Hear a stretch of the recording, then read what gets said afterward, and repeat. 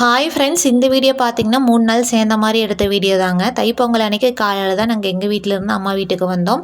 பொங்கல் ஸ்பெஷலாக அம்மா வடை பாயாசம் பொங்கல்லாம் வந்து ரெடி பண்ணி வச்சுருந்தாங்க. பொங்கலுமே வந்துட்டு வீட்லேயே வைப்பாங்க இல்லைங்களா, அந்த மாதிரி தான் ரெடி பண்ணியிருந்தாங்க. அதுக்கப்புறம் மாட்டு பொங்கல் அன்றைக்கி காலையில் ஒரு 11 மணிலேருந்தே மாடெல்லாம் கழுவி பெயிண்ட் பண்ணுற ஒர்க்கெல்லாம் ஒரு சைடு வந்து பார்த்துட்டு இருந்தாங்க. நாங்களுமே பூஜைக்கு தேவையான திங்ஸ் எல்லாமே 1 by 1 வந்து எடுத்து வச்சுட்டு இருந்தோம். 3 மணிக்கு மேலே சாமியெல்லாம் கும்பிட்டு முடிச்சதுக்கப்புறமா தீபாராதனை சாம்பிராணி எல்லாம் காமிச்சிட்டு மாட்டுக்குமே பழம்லாம் கொடுத்துட்டு நம்ம வீட்டு தோட்டத்துக்குள்ளேயே முனியப்பன் சாமி கோவில் இருக்குங்க, அங்கேயுமே போயிட்டு வந்துடலான்னு சொல்லி எல்லாரும் கிளம்பிட்டோம்.